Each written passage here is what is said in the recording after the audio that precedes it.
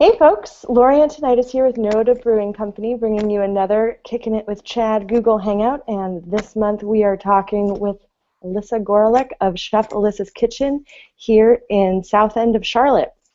Alyssa actually grew up in Charlotte and has been involved with cooking for her entire career. She graduated from culinary school from the Art Institute of Charlotte, and it's taken her all over places like Italy, upscale restaurants here in town, and also very intimate dining experiences. Over the years, she's created multiple menus for beer dinners, and her beer donuts, when she was the executive chef at Fern, are a very well-known menu staple around the city. Currently, she is the executive chef and owner of Chef Alyssa's Kitchen, where she runs hands-on cooking classes. Each class is a fun and informative mix of different themes like Italian, Thai, Tex-Mex, or healthy weeknight meals. She's also been recognized in many national and regional publications such as Food and Wine magazine, and can be seen cooking on TV regularly during the local morning shows. We are excited because she and Chad are going to be talking all about how to pair beer with your holiday meals. We'll be talking about Kavu, Coco Loco, Jam Session, Hop Drop, the four staples that you can find in cans around town. We're also joined by Tori and Paula, the dynamic marketing duo who run a consulting firm here in Charlotte. And they will be looking online and on our Google Hangout to field your questions. Tori, you want to tell everybody about that? Yes, hello, and thank you for having us again. Sorry my voice is a little weak, but okay, so today we're going to help facilitate any of the questions from social media. So we got two ways we can do that. Number one is going to be on Google+. So in the top right corner of your screen, if you're following along with us, there's a little grid. If you hover over that, you can enable the questions app. From there, it will directly send us the questions, and we will facilitate getting those to Chad and Alyssa. The other way is to simply tweet at us. You can tweet and copy at NoDa Brewing, or, of course, always use the hashtag NoDa Hangout, okay? Hashtag NoDa Hangout. All right, I think that's it. Thank you, guys. Thank you. And I am about to hand everything over to Chad. He is currently petting my puppy, Riley. She's a little rambunctious. And he will take things from here. So you guys have fun, and I'll see you after the hangout's over. Okay. Yeah. Hey, everybody. Hey. Hey, nice to meet you. Nice to meet you too. Thank you very Thanks much for having me. Absolutely. Alrighty, so Riley, if you don't mind, go to your mom, since I can't think with you prancing and dancing on me. So yeah, so one of the great things about craft beer is that you can also pair it with great food, much like wine pairing. But what's nice with beer pairing is that we get a little bit of a different outlook on the pairing itself. One, and how we pair, and also the ingredients in beer tend to vary significantly compared to wine. So in wine, you pretty much are looking at your variety of grape, and you have your red and whites, and they tend to pair better with certain food items according to those start out points. With beer, though, there's not just darker, lighter, or hoppier beer and things like that. You also have adjunct beers that have things like coconut in them, or aged in bourbon barrels and things like that, or have even crazier ingredients in it like that. So you can utilize those as extra tools. Another thing that I think is really important to realize when pairing beer is that, unlike wine, the acidity of beer, while it is considered acidic, it's not nearly as acidic as wine is. So with wine, you tend to, on the most part, cut or contrast the flavors of your food along with the wine that you're pairing it with in order to complement each other. But you can actually, or to contrast each other's flavor profile. In beer, you can do that as well, because there is that acidic nature of beer, but you also can have the option of complementing it. So since it's not so abrasive and forward as a wine, as beer can oftentimes accentuate a character in food, or food can vice versa do the accentuation for beer. So it's you get a lot of options to play around with. So let's go on and do the first pairing that you had that you want to explain for us, and we'll go from there. Okay, that would be on me? Yes, yeah, sorry. Yes. Okay, all right, cool. Yeah, and to that, I kind of think of beer as like a flavor similar to umami, kind of adding that depth, that fermented nature, and kind of like the fifth flavor profile, or what you kind of add to balance things out, for sure. So thinking of it replacing kind of your there we go. Nice. The animals are all out today. Yeah. So yeah, thinking of it as adding that bitter element or that that citric element, like where you would find it in food, trying to balance out your dish, you can add it in with the flavor of the beer. But yeah, I kind of went to Kavu first, thinking of pulling out those flavors of citrus and tropical, and like what would pair well with that. And I went in the realm of right off the bat, I would go with like seafood and maybe flavors of bringing in what I normally would go with citrus elements, and kind of keeping the cooking methods light, and like poaching and maybe grilling to add a little bit of smoke in there, steaming things as well, but trying not to overpower what you would want to pair the beer with. So I kind of went in that direction. And also, if since the beer is not giving you a ton of bitterness, you can get things like bitter greens and arugula and things like that to add some kick there. Excellent. So I might be replaced by my cat at some point. So. I hear you. Riley's probably going to take over for me too. Yeah, that sounds like a really great way of pairing up with Kabu. I think Kabu is one of our more versatile pairers because it doesn't stand too bitter, it doesn't stand too malty. The alcohol in it is pretty low. And I just to compliment like what you were saying before, and a lot of times when I think about pairing, I look at things kind of like a flavor wheel. And and a lot of times in situations like that where Kabu is not excessively bitter and you can use bitter greens to provide that flavor profile, I feel like you use the beer in conjunction with the food option that you have to kind of complete the wheel of overall sensation that you can get. And so I definitely think that Kabu works well with that. For the tropical character that we have, and just to give background on the beer, for those of you who don't know what Kabu is, our American Blonde Ale has. That's what I'm drinking. Oh yeah, nice. I wish I had one. But, I was brewing earlier.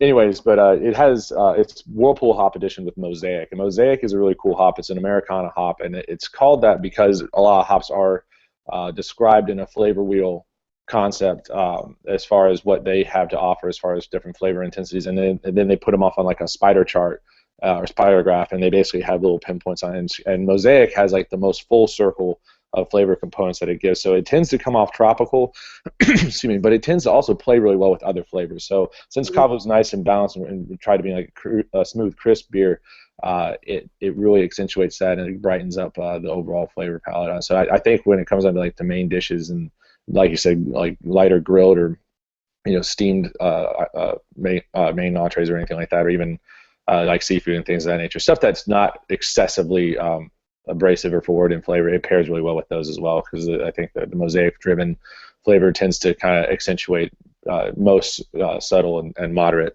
flavor profiles. So yeah, definitely good stuff. You want to move to the next pairing, or what else? Yeah, definitely. And I kind of added in like things that have bite, like your sharp cheddars and things like that. So I think it's easy to get away with something that has kick and spice and is not gonna, do you just want something neutral that will complement that? So I like that aspect of it. I've also made like beer butters and things like that, and I think that would be a good one as well. Just with like your breads and your real fresh toasted nature of foods. So I moved into the jam session, and that's where it's a beer that I would put with like a lot of herbs, a lot of maybe your sweet potatoes, things like where you can get a little more caramelization on your foods, and you want that hops to kind of cut a little bit of that because it's not overpowering with the hops, and then I like doing things like jams with my vegetables, like shallot jam, or but just having a little bit of underlying sweetness in your foods I think would work well with this. So when you have your sweet potatoes and maybe adding a touch of bowl to some foods, especially this time of year, getting like the sweetness in with the savory foods would also round out having a session pale ale like this. I definitely agree. Yeah, everyone really thinks of jam as being a really hop-centric beer because we use kind of I guess the sexy Americana hops in it. We use a lot of Simcoe and Citra, which are renowned for being the typical American IPA hops. But we don't use a whole lot of them. We actually use a lot of English and German malts in it as well. So like you said, it's like that warmer character to it. It is a little maltier than what Cabu is. And Cabu is just a really light baseline beer in general. But Jam, I think, definitely has more of a punch, not just from the hops, but from the biscuity character of it as well. And I really like this. You say you make jams with it, like a shallot jam?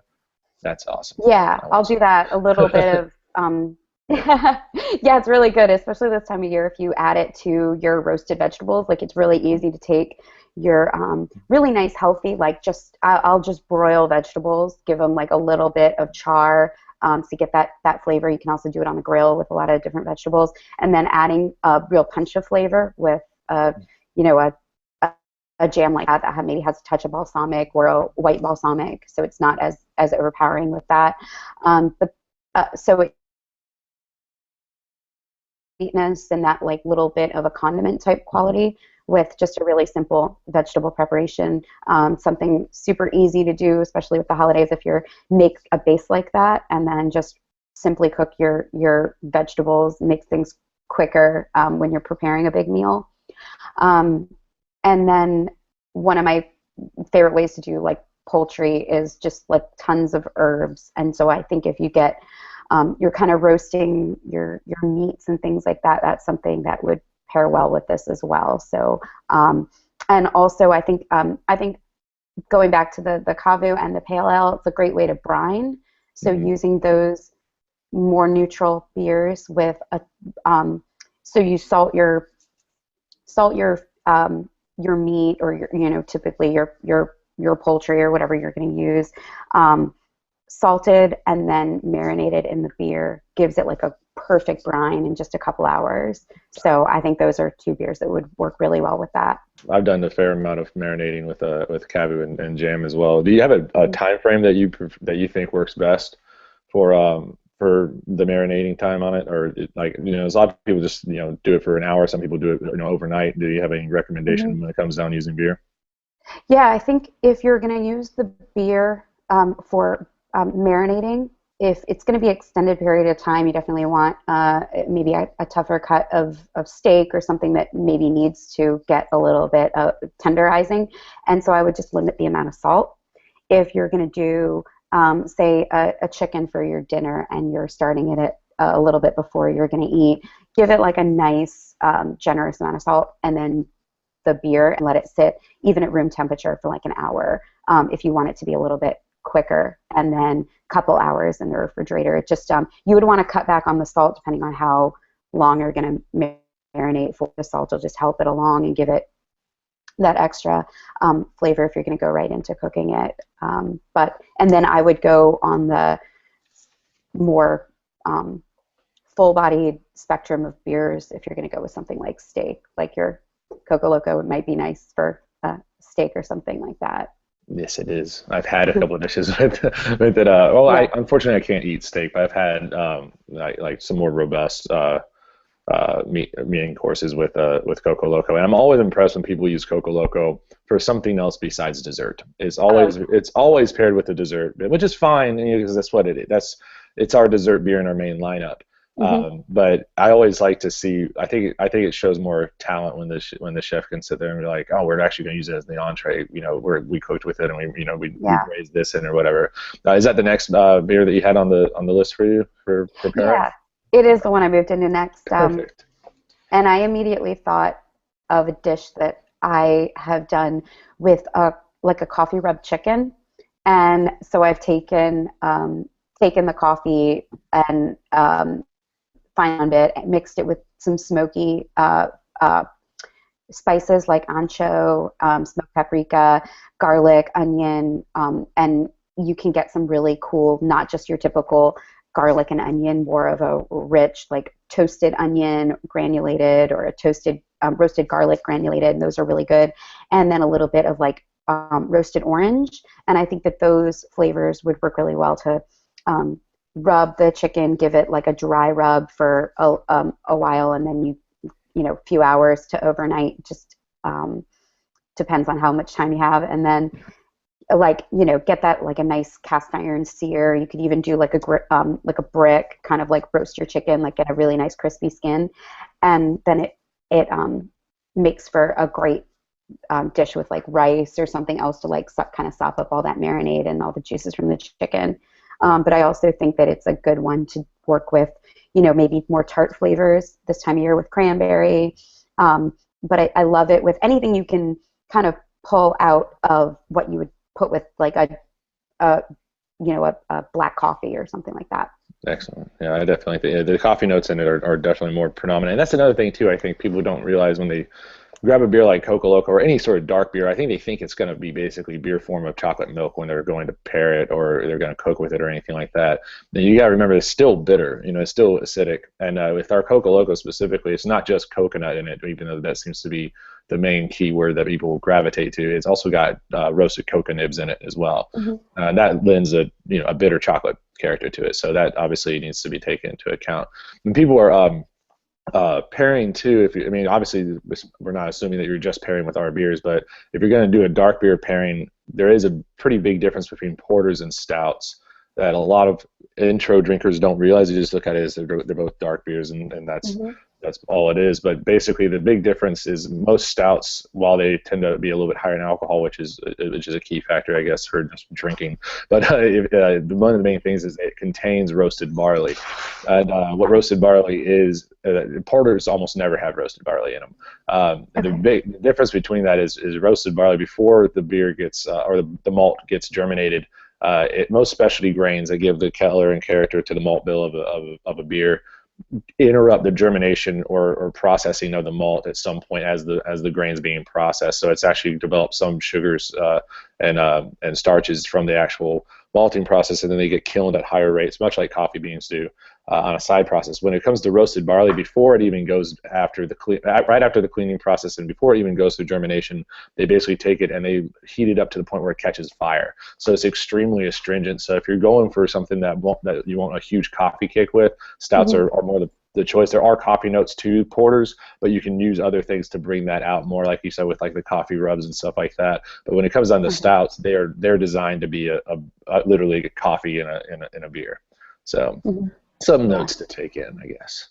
So, but yeah, that sounds fantastic with the Coco Loco pairing. And that's one of the reasons too that we do robust porter, because just that it's that dark character and that malty character and then the accents of the dark chocolate and the coconut, but it's not so straightforward, intense, bitter stout character with that roasted mm-hmm. Barley in it. And then the other one that's probably a good one to pair up with, but a little bit more difficult is a hop drop. That's your next one, all right? Yeah, I did, and with the porter, what I do like a lot about that type of beer is that you can cook it for a little bit longer and just kind of get the flavor really like that into something like a barbecue sauce or something like that. Definitely, depending on what area you go with. That sounds awesome. And for those of us like me who don't actually cook that often, a wonderful dish with Coco Loco is to pour it halfway into a glass and then slop ice cream on it. It weirds my parents out every time I go home, but it's delicious. It's a good float. It's a good beer float. We actually even coconut ice cream. Yeah. Coconut ice cream with that would be good. I did the chocolate, the what do you call it, the mint chocolate chip too. Works really well with it. Mm-hmm. And you can get creative with it. It's easy. Take spoon and glass, and there you go. You got it. It's basically taken care of. But we actually had a dinner one time where someone actually made ice cream with Coco Loco, and we thought that was awesome. But then we decided to make a float out of that, which was basically the greatest achievement of man. So I don't know. It's a great thing to do desserts with too. So what did you pull for a hop drop?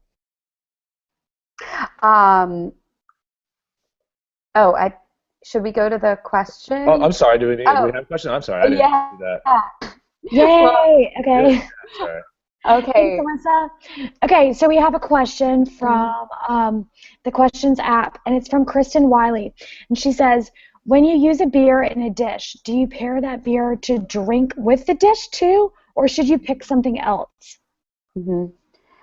For me, I think if I'm designing it, or the way I design it is to drink it with it, because I want to pull flavors that you would associate with the flavors that you already pull out of the beer. For instance, the Coco Loco, if you can, like, I think that the flavor of the the cocoa nibs and the coconut would pair well with coffee and orange. So those are things that I would want to enjoy the beer with. Same with if I'm using it as a marinade, or I would want that beer as well to just like add another layer of flavor, because I think it's great tasting the freshness of the beer along with maybe something that you have already used it in an application of cooking where it's kind of maybe muting some of the flavors or pulling out other ones. I think that I would definitely drink it as well. You plan that way. So, right. Awesome. Do we have another question, or is that the one we have right there? That was it for now. Carry on. All right, thank you. Thanks for keeping me on track. I totally ignored the entire right side of the screen for a little bit there. So I did move into the hop, drop, and roll, which I think IPAs are really fun. Cooking with them can be a little bit scary because sometimes you don't know what you're going to get. As soon as you start applying heat, it's going to pull out the bitterness, and so I try to go with something where, of course, salt and richness are really good to work with those flavors in the beer. So my direction is to go with something that's more robust, like a grilled steak, chili. I love duck with the fattiness of the duck, even if you went with like a duck confit. And if you can't make the duck confit, which you can find it in a lot of times in specialty groceries, you can get like a really salty, fatty food, even like a cured sausage, things like that will play well with that bitterness and something that you want, like those flavors to go well with. So and then things like maybe a blue cheese or a goat cheese, something that has a bite and has a little bit of, again, the richness and the saltiness that you want to pair with that. Yeah. Is my direction. I definitely agree. The IPAs can be very over-dominating when it comes down to pairings, and that's why my go-to for food pairings, which is not as applicable as a stereotypical holiday dish, but any sort of spicy food like Thai food and things like that tend to, in my opinion, offer enough resistance to the bitterness or and vice versa too. I mean, like, I find that basically when it comes down to spicy food, the only thing to pair with it, if it's intensely spicy, I'm talking like really hot pad Thai with the 5 peppers emblems on the menu or whatever, you pretty much have to go with that IPA because that bitterness really actually like rides up against it. But I do agree on when it comes down to like your more typical foods, especially in the holiday area, you need something that has some fullness to it and richness, because otherwise you're just basically going to mute out what you're trying to eat with it. And cheeses are harder to pair with it as well. And I think cheese is like kind of like the standard easy way to get an idea of like what the overall profiles you want to go with the food to the beer. And it's easy to go to like a specialty store that has a good cheese section. They usually will let you sample the cheeses out, so you can kind of almost imagine thank you, Tori and Paul, for choosing the Hoppy Holidays. Yeah, it's like their screen's now covered. But yeah, no, but Hoppy Holidays is a great example with like if you have anything that's rich. I did an article recently that suggested doing it because they're like, what do you want to pair with your holiday beers? And they picked Hoppy Holidays, and I'm like, it's not really that great of a general stereotypical holiday pairer because it's an IPA that has spruce essence in it. It just emphasizes the pininess of the hops to begin with. So I recommend like doing something like if you had a rich dessert with like cranberries in it or something like that, where the tartness could actually kind of mimic how the spiciness in some hotter foods kind of plays with the hoppy character, but still has richness in it as well that can combat with it. And a lot of people don't realize when you're cooking with IPAs and all that there's a maltiness there that you're going to basically kind of burn out to a certain degree, and that maltiness is there to balance the hops. I mean, there's not IPAs aren't designed to be malty beers, but there is a malt factor in it, and it's also that you're basically just not drinking hop water. So you do have to take all those sorts of things in consideration. So, did you have any other? I think with those, with what you were saying with the spicy food for sure. And I think if you work with a lot of spice, what ends up going well with that are some of your more, you can add cinnamon and nutmeg and stuff to like, so you get like a strong kick from peppers and different sauces and things like that, and then kind of like adding a touch of those kind of winter flavors will kind of give you that essence of the holidays. So that would kind of strengthen that in this time of year. Excellent. Working with that kind of beer. That's awesome. That's great advice. Yeah, 'cause I was really stumped when I was asked, what I would prepare for it, because I'm like, I don't know, I don't think it goes that well with just straight turkey. So it doesn't work as well as a Coco Loco or Cavu does. Do we have any other questions, or do you have any other tips you want to add in before we wrap it up? Let's see. I definitely think that there's a lot of dishes that you can vary. Like I'll do like spiced pecans and stuff this time of year, and they're different. You can play with the flavors of the spices that you add in, just depending on what beer that you want to go with, and so you get I don't know. We did have one last question, and she said, "Can I request a cooking class with this menu from @LadyAlana?" So yeah. Well, what month is it that we're doing? Did we decide on a month? April. We're going to be doing cooking with NoDa beers. Lady Alana, it's coming up. Yes. Yeah. So we're going to feature NoDa beers in April with our cooking with beer class. So we will work with not only these beers, but your seasonal ones at that point, and cook with them as well as taste how they go with particular dishes. So with those classes, I'll do 5 different dishes, and they'll range, and those are ones I really like to do an unexpected beer with your dessert, and something that, I probably will go with a more savory one for your Coco Loco, and try to like switch them up a little bit, not give them your typical, but it will be seasonal, so these will be lighter dishes. Might do a salad dressing with one beer, which is always really fun and easy to do. Pull out different flavors of like shallots and fresh herbs and things like that. But that'll be a really good one. Excellent. Yep. Thank you. Oh, that's awesome. All those ideas, and I'm looking forward to April, because I love to see how you sitting there talking about all of it makes me pretty hungry right now for lunch anyway. So I always like to see how the beers come together with the food, and yeah. So unless there's any other questions, we'll wrap up. Is that it, Tori? Yeah, we're all good. You're all good. Okay. Well, thank you so much, Alyssa. Appreciate your. Yeah. Thank you so much, Chad. Absolutely, and thank you guys for joining us today. Come by and check out the beers and try pairing up some stuff over the holidays. It is always impressive to guests whenever you can actually cook with beer and also have the beer that you cooked with sitting on the next to the dish itself. So you obviously put an extra level of effort in with it. So have fun with it, and happy holidays to everyone. Thank you very much for joining us, and thank you, The Savage Way, as always, to be there and keep us in line with our questions. And thanks again, Chef Alyssa. We'll talk to you guys later. Consider yourself notified. Thank you. Bye. Bye. Cheers.